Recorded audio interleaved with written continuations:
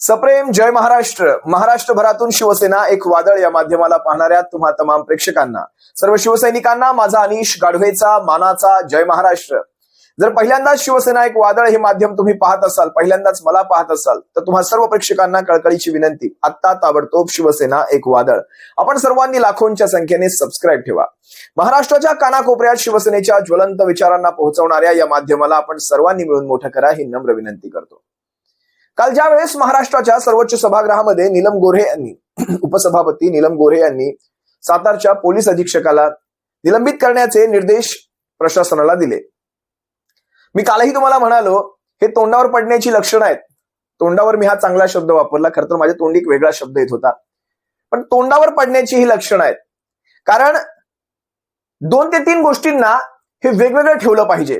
तुमचा पक्षांतर्गत वाद, तुमच्या पक्षातल्या एका सदस्यावर झालेला अन्याय, याच्यासाठी आलेली कळवळ, ती मळमळ मनातली, ही थोडी वेगळी ठेवायची असते. तुम्ही उपसभापती आहात, त्या सभागृहात एक मान असतो त्या पदाचा. सभापती असतील, उपसभापती असतील, अध्यक्ष असतील विधानसभेचे. पण लक्षात घ्या, काल एका त्यांच्या सदस्यावर, शंभूराज देसाईवर जो काही तिकडे पोलिसांकडून काही प्रकार झाला म्हणे त्याच्यावर ह्यांना सभागृहामध्ये एवढी कळवळ आली.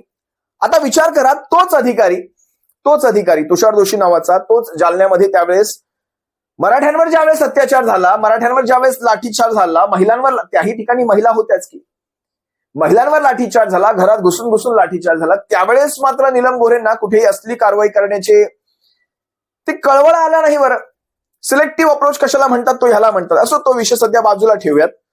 तोच अधिकारी आज इथे, म्हणजे शेवटी करावं तसं भरावं, तोच अधिकारी आज इथे शंभूराज देसाईंना पकडून नेतो, त्यांना बाजूला नेतो, त्यांच्या खांद्याला काय ते म्हणतात, माझं इथे दाबलं, अजून दुखतंय, अंग दुखतंय वगैरे, इथून रक्त आलं, शर्टावर रक्त सांडलं, काय काय काय कुठे कुठे कुठे नेऊन ठेवली शिवसेना माझी. हे शिवसैनिक हिंमत होती का? ज्यावेळेस शिवसेना अशी एक संध मजबूत असताना काय कुणाची हिंमत, टाप होती का कुणाची? असो, तोही माझा आजचा विषय नाही. माझा विषय जो महत्वाचा आहे तो अज्ञानाचा आहे. अज्ञानाचा ज्ञान कुठे बघा. काल लख पडला प्रकाश दिवट्या मशालीचा वगैरे म्हणून सभागृहामध्ये निरोप समारंभाच्या भाषणामध्ये ते गाणं म्हणतं, त्यातही मशाल घेतली. ते अज्ञान, ते ज्ञान पहिलं आपल्या कामात दाखवा. म्हणजे स्वतः मुख्यमंत्र्यांनी या गोष्टीचं स्पष्टीकरण दिलं. अनिल परब साहेब तुम्हाला माहिती आहेत, एकदा फाडायला लागले की फाडून टाकतात. स्पष्टपणे विचारलं, आदेश निर्देश फरक आहे. निर्देश, उपसभापती दर्जाचा जो महाराष्ट्राच्या लेजिस्लेचरचा एक सदस्य आहे, तो या सनदी अधिकाऱ्यांना बदलीचे निर्देश, म्हणजे बदली म्हणण्यापेक्षा निलंबित करण्याचे निर्देश देऊ शकतो का? पॉइंट ऑफ बिझनेस आहे हा, पॉइंट ऑफ बिझनेस. कारण याचा अर्थ बघा, लक्षात घ्या, कारण जर हा निर्णय बदलायची वेळ आली तर ती एक नामुष्की आहे त्या सभागृहावर, सर्वोच्च सभागृहावर, आणि झालेल्या या गोष्टी घडलेल्या आहेत याच्या अगोदर. त्याच्यावर म्हणजे आता तुम्ही सर्वात प्रथम परब साहेबांचं हे स्टेटमेंट पहा, कशा प्रकारे अगदी पॉइंट टू पॉइंट प्रश्न कसा विचारला जातो बघा. आणि मग जर तसं असेल, यांचा जर तो अधिकार नसेल, तर आम्ही यांची रिमूव्हल मोशन का नाही आणावी यांच्यावर, यांना हटवण्याचे आम्ही ती प्रक्रिया का नाही करावी? यांनी जर अपमान केला असेल, मिसयूज ऑफ पॉवर केला असेल, तर आम्ही यांना का हटवू नये? जरा काय म्हणाले एकदा पहा. कारण काल एक उपसभापतींनी या खुर्चीवरना एक सनदी अधिकारी, IPS अधिकाऱ्याला सस्पेंड करण्याचे निर्देश दिले.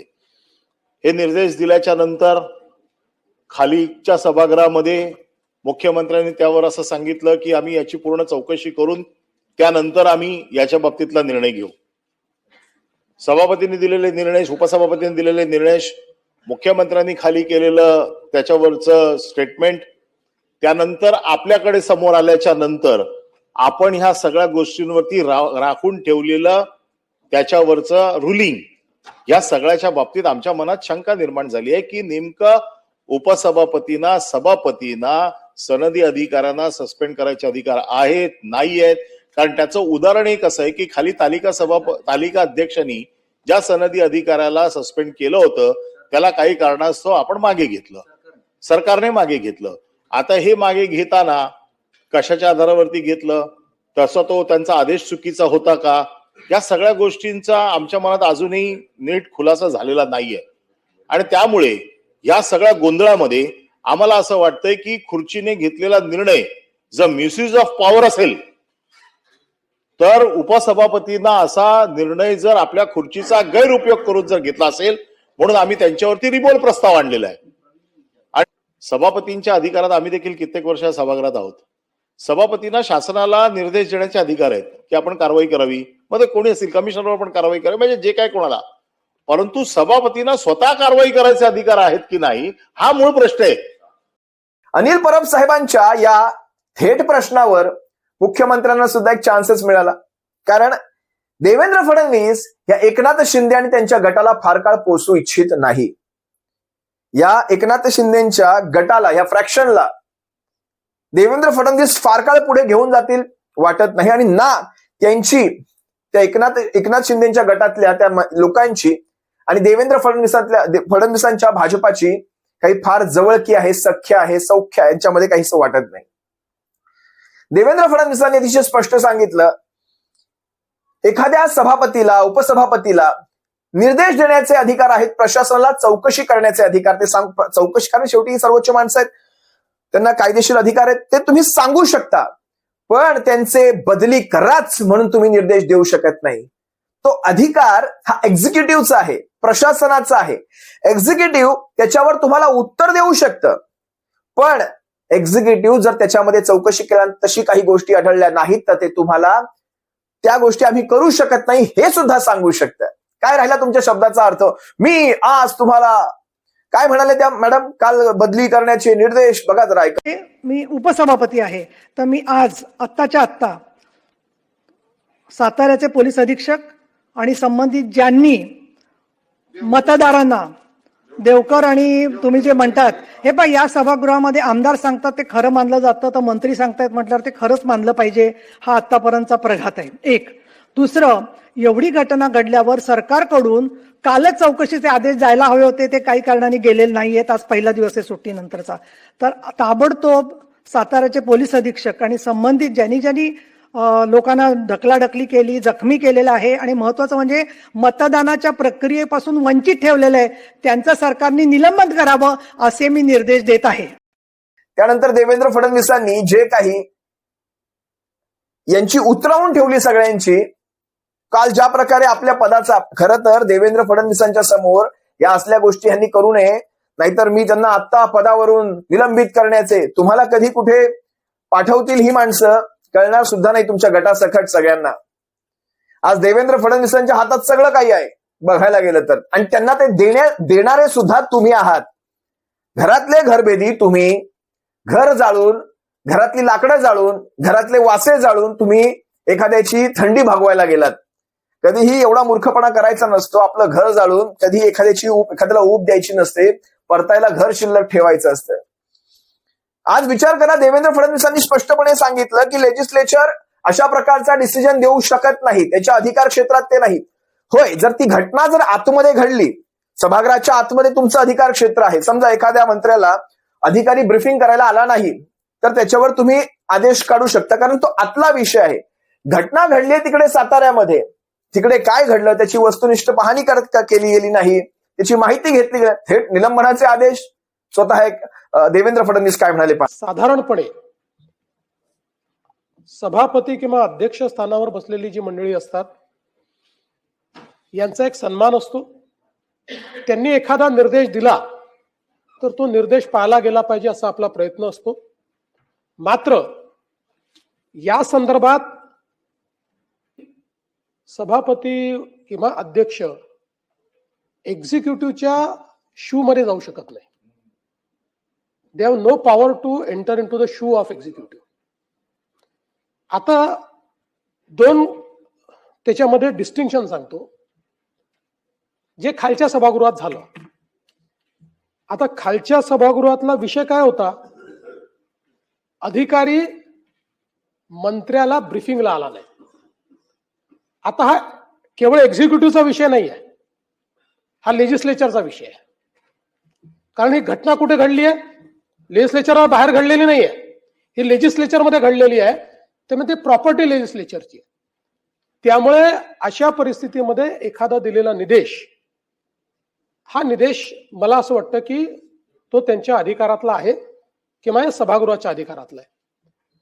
पण बाहेर जेव्हा घटना घडते त्यावेळी त्या घटनेच्या संदर्भात अधिकार हे एक्झिक्युटिव्हचे आहेत, ते लेजिस्लेचरचे किंवा लेजिस्लेचरचे असले तरी लेजिस्लेचरला एक्झिक्युटिव्ह उत्तर नाहीये.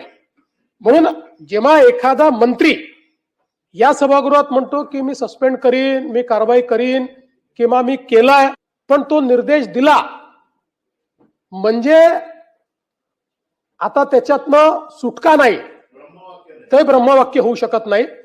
त्या संदर्भात जी वस्तुस्थिती असेल त्या वस्तुस्थिती अनुरूपच त्याच्यावर कारवाई होते. आणि यानंतर सगळ्यात महत्वाचा व्यक्ती उभा राहिला जयकुमार गोरे.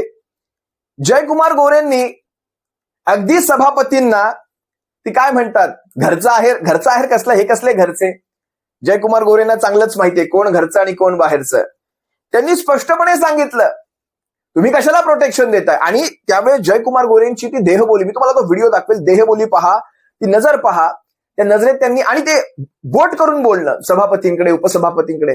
खरं तर हा सुद्धा एथिक्सचा पार्ट आहे. कोण किती पाळतं माहित नाही, यांच्यावर कोण ते पाळणार एथिक्स वगैरे. ते काय म्हणतात जयकुमार गोरे, निवडणुकीची प्रक्रिया आहे ही, तिकडे जे काही घडलं ते निवडणूक ठरवेल, म्हणजे त्यांच्या मते आयोग ठरवेल. तुम्ही कशाला मध्ये येताय.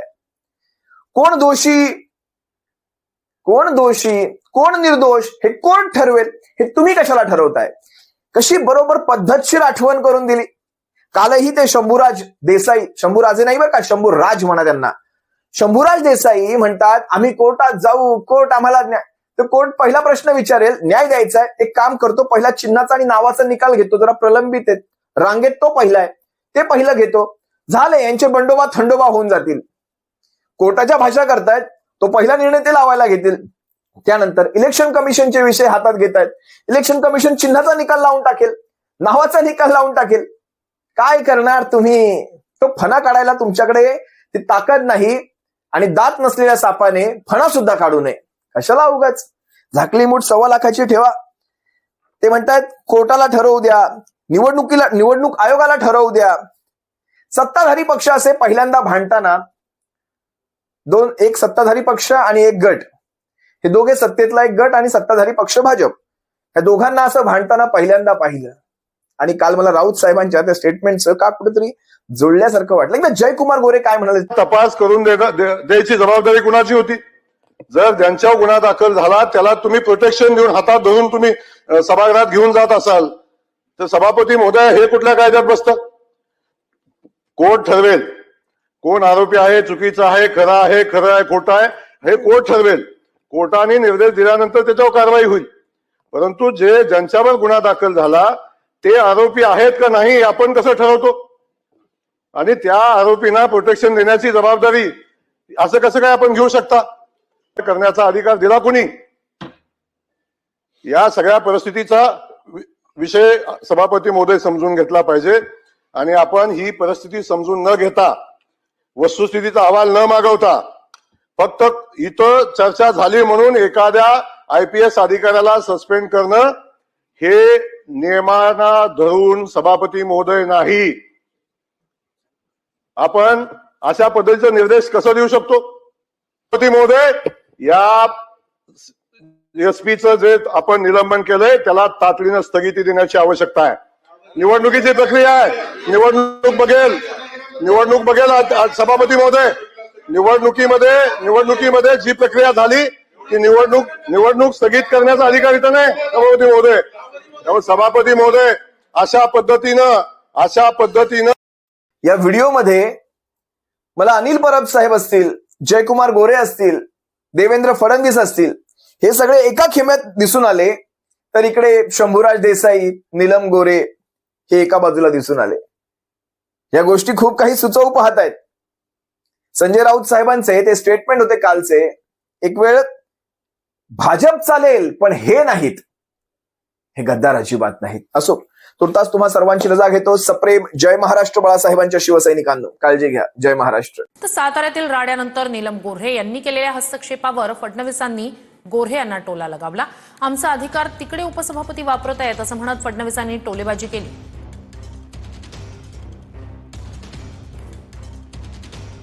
आणि खूप चांगली प्रगती केली आहे. आणि आता कोणी दिलं रे बाबा पत्र? माझी विनंती आहे, असे पत्र मला बोलताना त्याच्यात डिस्टर्बन्स होतो, कशा करता देतात?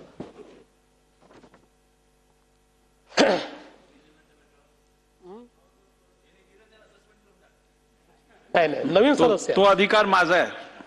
हा, अलीकडे उलटच झालाय.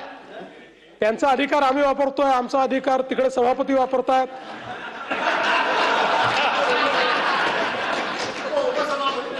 ठीक.